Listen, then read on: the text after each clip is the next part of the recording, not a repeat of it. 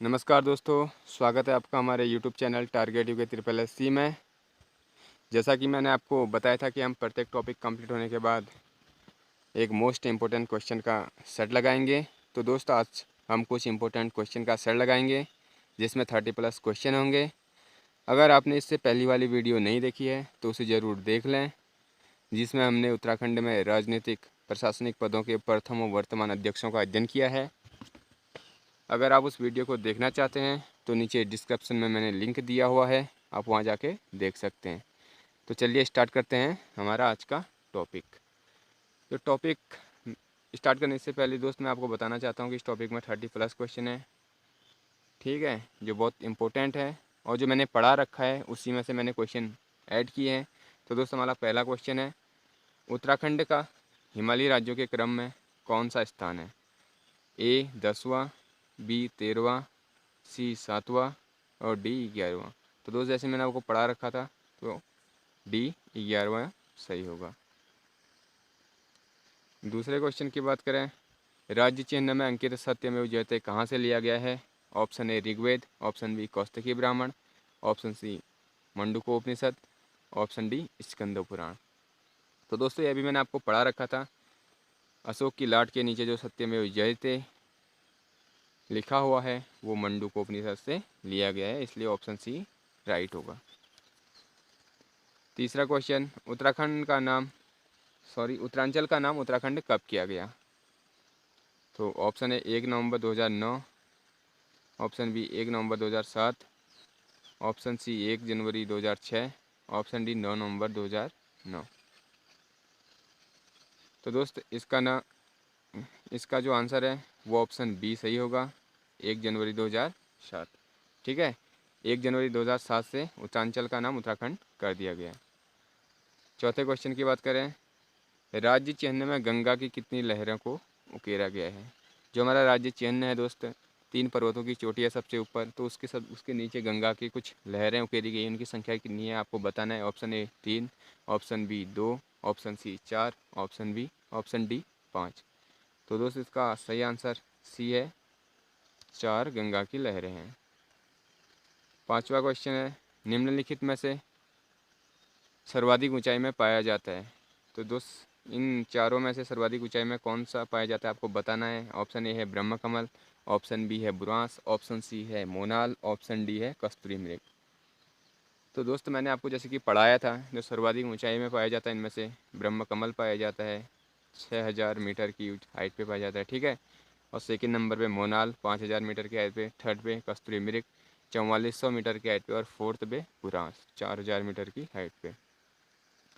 छठा क्वेश्चन है, मोनाल किस परिवार का पक्षी है? ठीक है, option A Asteraceae, option B Moschidae, option C pheasant, option D डफिया। तो दोस्त जैसे कि मैंने आपको पढ़ा रखा है, आपको याद होगा, तो जो मोनाल है वो फिसेंट परिवार का पक्षी है, तो इसलिए ऑप्शन सी राइट आंसर होगा। जो एस्टेरेसी कुल का पौधा होता है वो ब्रह्मकमल होता है, और जो मोसिडी परिवार का जो प्राणी होता है, जो दोस्त जो पशु होता है वो कस्तूरी मृग होता है, ठीक है, याद रखना। और जो डफिया होता है ये मोनाल की नर प्रजाति होती है। सातवां क्वेश्चन है, ब्रह्म कमल को स्थानीय भाषा में किस नाम से जाना जाता है? ये भी मैंने आपको पढ़ा रखा है। ऑप्शन ए है सोसुरिया अबुलेटा, ऑप्शन बी है कौल पद्म, ऑप्शन सी है कैर पद्म और ऑप्शन डी है सौगंधित पुष्प। तो आपको याद होगा तो दोस्त इसका आंसर बी होगा, कौल पद्म। स्थानीय भाषा में, लोकल लैंग्वेज में जहाँ ये पाया जाता है इसे कौल पद्म कहा जाता है, ठीक है। और इसका वैज्ञानिक नाम सोसुरिया अबुलेटा है, और महाभारत के वन पर्व में इसे सौगंधित पुष्प कहा गया है, ठीक है दोस्त, याद रखना। आठवें क्वेश्चन की बात करें तो दोस्त, ब्रह्म कमल में फूल खिलने का समय क्या है? जुलाई से सितंबर, ऑप्शन ए में जुलाई से सितंबर है, बी में फरवरी से अप्रैल है, सी में अगस्त से सितंबर है और डी है फरवरी से मई। जैसा मैंने आपको बताया था, ब्रह्म कमल में जो फूल खिलते हैं बरसात के टाइम में खिलते हैं, जुलाई से सितंबर, ऑप्शन ए सही होगा। 9वां क्वेश्चन है, मोनाल का प्रिय भोजन क्या है दोस्तों? जो मोनाल का फेवरेट भोजन है, ठीक है। ऑप्शन ए है केदारपाती, ऑप्शन बी है कीड़े मकोड़े और ऑप्शन सी है आलू, ऑप्शन डी है ए और सी दोनों। तो आपको आंसर बताना है। अगर आपने पढ़ा होगा तो मोनाल का जो प्रिय भोजन होता है वो आलू होता है, याद रखना, ठीक है। क्वेश्चन 10 की बात करते हैं। मोनाल को संरक्षित पक्षी घोषित किया गया, तो ये भी आपको बताना है दोस्त। वन्य जीव संरक्षण अधिनियम 1971 के तहत, बी में है वन्य जीव संरक्षण अधिनियम 1982 के तहत, सी में है वन्य जीव संरक्षण अधिनियम 1973 के तहत, और डी ऑप्शन में है वन्य जीव संरक्षण अधिनियम 1972 के तहत। तो जैसे कि मैंने आपको बता रखा था कि जो मोनाल को संरक्षित जो पक्षी घोषित किया गया वो वन्य जीव संरक्षण अधिनियम 1972 के तहत किया गया, तो ऑप्शन डी राइट आंसर हो जाएगा। 11वें क्वेश्चन की बात करें तो दोस्त, मास्कस काइसोगास्टर किसका वैज्ञानिक नाम है, ठीक है दोस्तों। आपको बताना है कि मास्कस काइसोगास्टर किसका वैज्ञानिक नाम है। अगर आपको वैज्ञानिक नाम पता होंगे तो आप इसका आंसर तुरंत कर देंगे। ऑप्शन ए है मोनाल, ऑप्शन बी है बुरांस, ऑप्शन सी है कस्त्री मृग, ऑप्शन डी है ब्रह्म कमल। तो जो मास्कस काइसोगास्टर है वो कस्त्री मृग का वैज्ञानिक नाम है, ठीक है। 12वें क्वेश्चन की बात करें तो, अस्कोट वन्यजीव अभ्यारण्य जिसकी स्थापना 1986 में हुई थी, किस जनपद में अवस्थित है अस्कोट, ठीक है दोस्तों। ऑप्शन ए है अल्मोड़ा, ऑप्शन बी है चमोली, ऑप्शन सी है पिथौरागढ़, ऑप्शन डी है उत्तरकाशी। तो मैंने जैसे कि आपको बताया था अस्कोट वन्यजीव विहार जहाँ सर्वाधिक कस्त्री मृग पाए जाते हैं वो पिथौरागढ़ में है, ठीक है। 13 क्वेश्चन की बात करें, राज्य पुष्प ब्रह्म कमल की पूरे विश्व व उत्तराखंड में क्रमशः प्रजातियाँ पाई जाती है। क्रमशः का मतलब याद रखना दोस्त, पहले आपका विश्व में पूरी प्रजातियाँ कितनी आएंगी वो आगे दिया होगा, और उसके बाद उत्तराखंड सेकंड नंबर में, उत्तराखंड में कितनी प्रजातियाँ पाई जाती है वो दिया होगा। तो पहला ऑप्शन है 24 और 210, बी ऑप्शन है 210 और 24, सी ऑप्शन है 210 और 4, डी ऑप्शन है 4 और 24। तो दोस्त आपको मैंने बताया था जो ब्रह्म कमल है उसके पूरे विश्व में 210 प्रजाति और उत्तराखंड में 24 प्रजाति पाई जाती है, तो बी आंसर सही होगा। अब 14वें क्वेश्चन की बात करते हैं, नर मृग से एक बार में कितनी कस्तूरी प्राप्त की जा सकती है। तो दोस्त मैंने आपको बताया था कस्तूरी नर मृग से ही प्राप्त की जा सकती है, मादा से नहीं। और एक बार में कितनी कस्तूरी प्राप्त की जा सकती है ये भी बताया था, तो आप बताएंगे आंसर। ए है 30 से 45 किलोग्राम, बी है 40 से 45 ग्राम, सी है 30 से 40 ग्राम, और डी है 30 से 45 ग्राम, ठीक है। तो आपको ऐसे क्वेश्चनों में ये मात्रा जो पीछे से केजी ग्राम है इसको भी याद रखना पड़ेगा दोस्त। तो इसका सही आंसर है डी 30 से 45 ग्राम, और ये भी 30 से 45 है दोस्त, तो इसमें केजी है ये गलत हो जाएगा, इसलिए ग्राम होता है, ठीक है, याद रखना। और 15 क्वेश्चन है, चमोली में स्थित कांचुला खर्क जिसकी स्थापना 1982 में की गई थी क्या है। जो चमोली में कांचुला खर्क है दोस्तों वो क्या है, ये क्वेश्चन आया हुआ है, मैंने बताया था आपको पढ़ाने टाइम भी, पढ़ाते वक्त भी, ठीक है।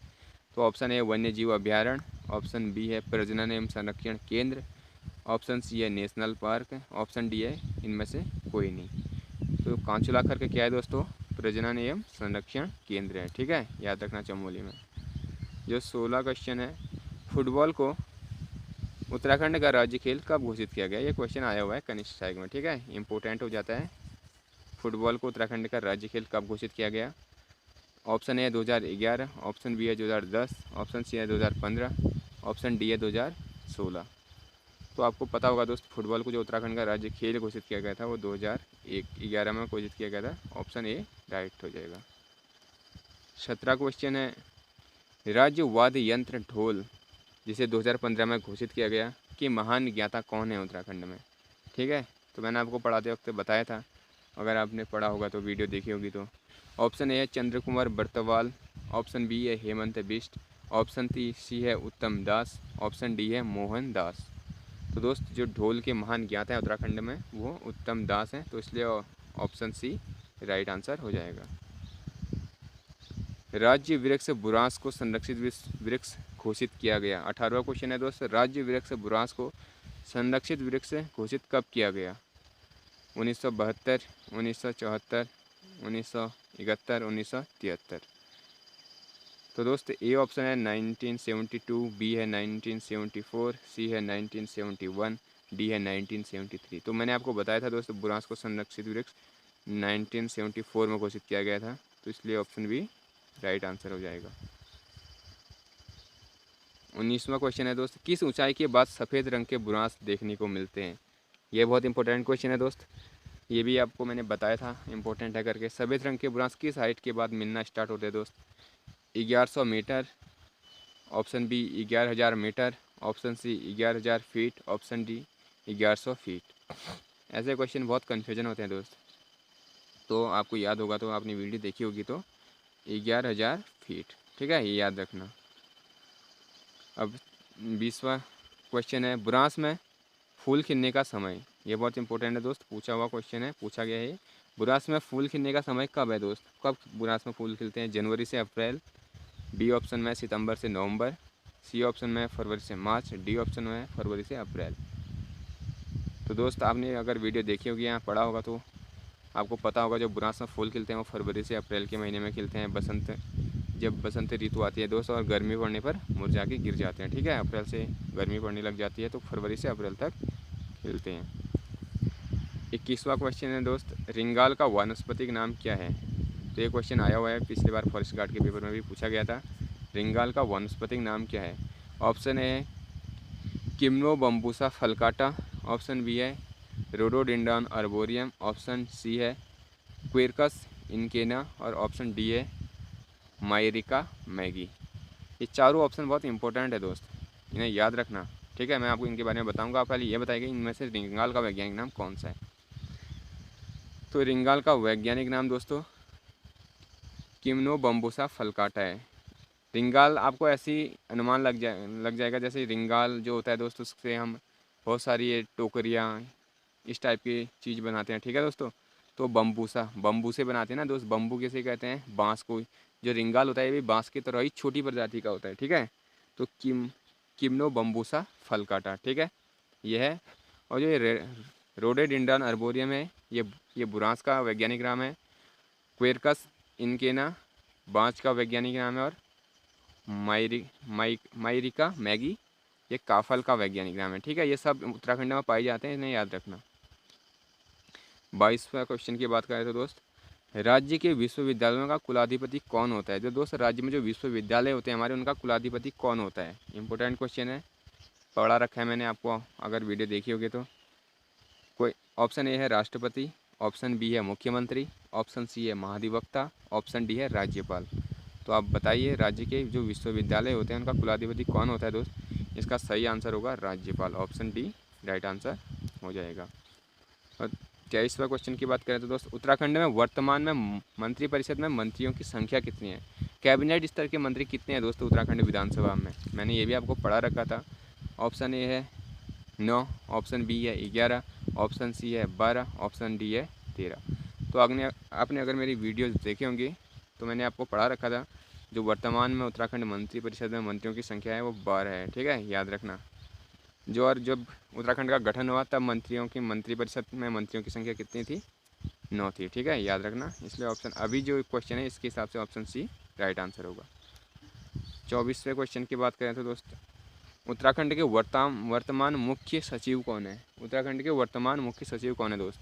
याद होना चाहिए, करेंट अफेयर की चीज़ है। ऑप्शन ए है अजय विक्रम सिंह, ऑप्शन बी है उत्पल कुमार सिंह, ऑप्शन सी है रविनाथ रमन, और ऑप्शन डी है कोई नहीं। इसमें से भी तीनों ऑप्शन बहुत इंपॉर्टेंट है दोस्त, तो ये आप बताइए जो वर्तमान में मुख्य सचिव कौन है? तो जो वर्तमान के मुख्य सचिव हैं वो उत्पल कुमार सिंह हैं, ठीक है, याद रखना। जो अजय विक्रम सिंह है वो उत्तराखंड के प्रथम मुख्य सचिव है, ठीक है, ये भी याद रखना। और जो रविनाथ रमन है दोस्तों, जो वर्तमान में अभी ये गढ़वाल मंडल के कमिश्नर है, ठीक है, रविनाथ रमन, याद रखना, IAS रविनाथ रमन। 25वें क्वेश्चन की बात करें तो दोस्त, वर्तमान कुमाऊं कमिश्नर कौन है? गढ़वाल मैंने आपको बता दिया था रविनाथ रमन, तो ये वैसे ये अलग हो जाएगा सी, ठीक है। तो अब बाकी के 3 जो बचे हैं, राजीव रौतेला, अनिल रतूड़ी और S राजू, इनमें से बताइए कुमाऊं कमिश्नर कौन है? तो दोस्त अगर आपने इससे मेरी पहली वाली वीडियो देखी होगी तो उसमें मैंने बता रखा है, जो कुमाऊं कमिश्नर है वर्तमान में उत्तराखंड के वो राजीव रौतेला हैं, ठीक है, IAS राजीव रौतेला। जो बी है वो DGP है उत्तराखंड के अनिल रतूड़ी, पुलिस महानिदेशक हैं। और जो डी है वो UK SSS के अभी अध्यक्ष हैं S राजू, ठीक है, याद रखना। और 26वें क्वेश्चन की बात करें तो उत्तराखंड में सर्वाधिक तहसीलों वाला ज़िला कौन सा है? जहाँ सर्वाधिक तहसील है उत्तराखंड में, जिस ज़िले में सर्वाधिक तहसीलें हैं दोस्त, ठीक है, option A Almora, option B है पिथौरागढ़, ऑप्शन सी है टिहरी और ऑप्शन डी है सभी, मतलब ए बी सी सभी। तो आपने इससे पहले मैंने पहली वाली वीडियो देखी होंगी जिसमें मैंने तहसीलों को पढ़ा रखा है, तो आपको पता होगा कि उत्तराखंड में सर्वाधिक तहसीलों वाला ज़िला 3 ज़िले हैं, अल्मोड़ा, पिथौरागढ़ और टिहरी। तो ऑप्शन डी सही हो जाएगा। ठीक है, तीनों में 11-11 तहसील है, याद रखना। और सबसे कम की बात करें तो वो रुद्रप्रयाग है। ठीक है, उसमें 4 तहसीलें हैं।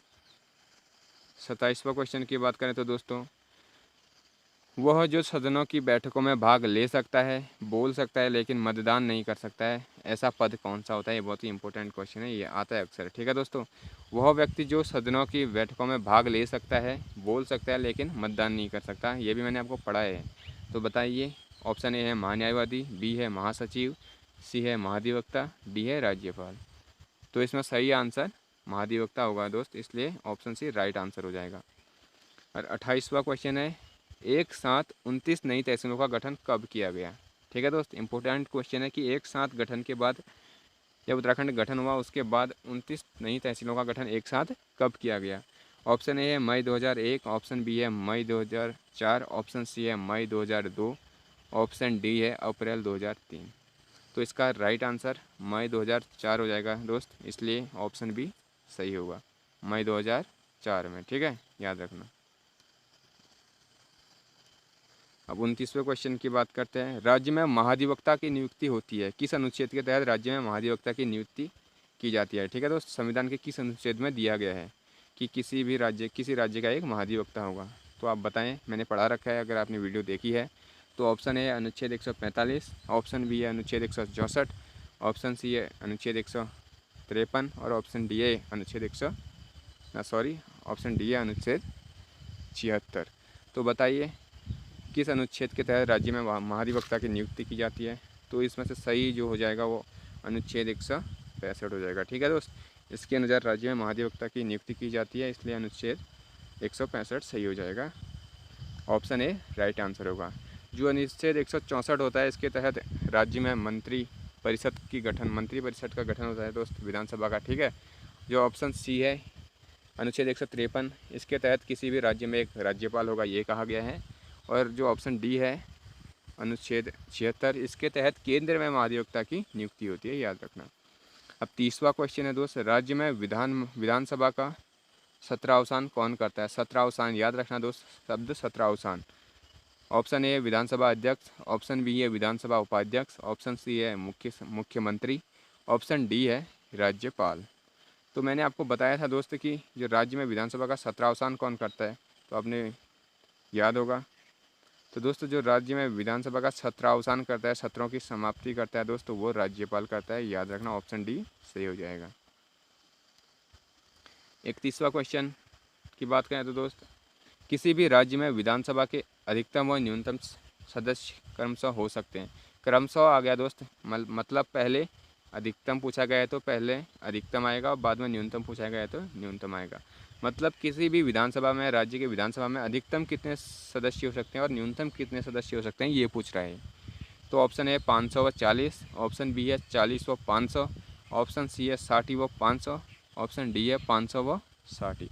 तो दोस्तों, किसी भी जो राज्य में विधानसभा के जो अधिकतम सदस्य हो सकते हैं वो 500 हो सकते हैं और न्यूनतम 60, इसलिए ऑप्शन डी सही हो जाएगा। 32वें क्वेश्चन की बात करें तो दोस्त, ऊंचाई बढ़ने पर बुरांस के फूल में क्या परिवर्तन होता है? हाइट बढ़ने पर जो बुरांस का फूल होता है दोस्तों, उसमें क्या परिवर्तन होता है, ये पूछा गया क्वेश्चन। ऑप्शन ए है अपरिवर्तित रहता है, ऑप्शन बी है रंग बदलने लगता है, ऑप्शन सी है चटक लाल हो जाता है, ऑप्शन डी है सफ़ेद हो जाता है। तो दोस्तों याद रखना, ऊंचाई बढ़ने पर जो बुरांस का फूल है उसमें उसके रंग में परिवर्तन होने लगता है, मतलब रंग बदलने लगता है, ऑप्शन बी सही हो जाएगा, याद रखना। ये सफ़ेद भी एक वर्ड आता है, तो दोस्तों ये 11,000 फिक्स, इसकी हाइट फिक्स है कि 11,000 फीट पे ही सफ़ेद रंग का बुरांस दिखेगा। तो ये 11,000 फीट फिक्स हाइट है दोस्त, इससे पहले भी जो बुरांस का एकदम से तो सफ़ेद हो नहीं जाएगा दोस्त, धीरे धीरे बदलेगा, इसलिए रंग बदलने लगता है, याद रखना। 33वें क्वेश्चन की बात करते हैं तो दोस्त, उत्तराखंड के वर्तमान महाधिवक्ता कौन है? अनुच्छेद 165 के तहत जिनकी नियुक्ति की जाती है, तो अभी वर्तमान में महाधिवक्ता कौन है, ये बताना है। तो ऑप्शन ए है एस.एन. बाबुलकर, ऑप्शन बी है मेहरबान सिंह नेगी, ऑप्शन सी है एस.एच. रजा, ऑप्शन डी है एस.के. दर। तो बताइए दोस्त, अभी वर्तमान में महाधिवक्ता कौन है उत्तराखंड के? तो इसका जो वर्तमान में उत्तराखंड के महाधिवक्ता है वो एस.एन. बाबुलकर है। तो इसका सूर्य नारायण बाबुलकर, तो इसका सही ऑप्शन ये हो जाएगा। जो मेहरबान सिंह नेगी है वो उत्तराखंड के प्रथम महाधिवक्ता है, याद रखना, ठीक है, याद रखना। और जो एस.एच. रजा है ये उत्तराखंड के पहले लोकायुक्त हैं। जो और एस.के. दर हैं या धर, ये उत्तराखंड के पहले वित्त विभाग के अध्यक्ष हैं, ठीक है, याद रखना। अब 34वें क्वेश्चन की बात करें तो दोस्त, राज्य में विधानसभा सत्रों का स्थगन कौन करता है? ऊपर सत्र अवसान पूछा था दोस्तों, सत्रों की समाप्ति, तो वो याद रखना राज्यपाल करता है। तो अब स्थगन पूछा गया है, तो राज्य में विधानसभा सत्रों का स्थगन कौन करता है ये बताइए आप। ऑप्शन है राज्यपाल, ऑप्शन बी है मुख्यमंत्री, ऑप्शन सी है विधानसभा अध्यक्ष, ऑप्शन डी है कोई नहीं। स्थगन जो दोस्त विधानसभा के सत्रों का जो स्थगन करता है, मतलब जो रोकता है, उन्हें रोक लगाता है कुछ दिनों के लिए, वो विधानसभा अध्यक्ष करता है, याद रखना। ऑप्शन सी राइट आंसर हो जाएगा। तो दोस्तों, अगर आपको मेरी वीडियो अच्छी लगी तो इसे लाइक कर दीजिए और साथ में मेरे चैनल को सब्सक्राइब भी कर दीजिए और बेल आइकन प्रेस करना ना भूलिए, जिससे कि मेरी वीडियो आपके पास सबसे पहले पहुंच पाए। तो चलते हैं इस वीडियो के साथ, मिलते हैं कल नेक्स्ट वीडियो के साथ। तब तक अपना ख्याल रखें और मन लगा के पढ़ाई कीजिए। ओके बाय, टेक केयर, जय हिंद, जय उत्तराखंड।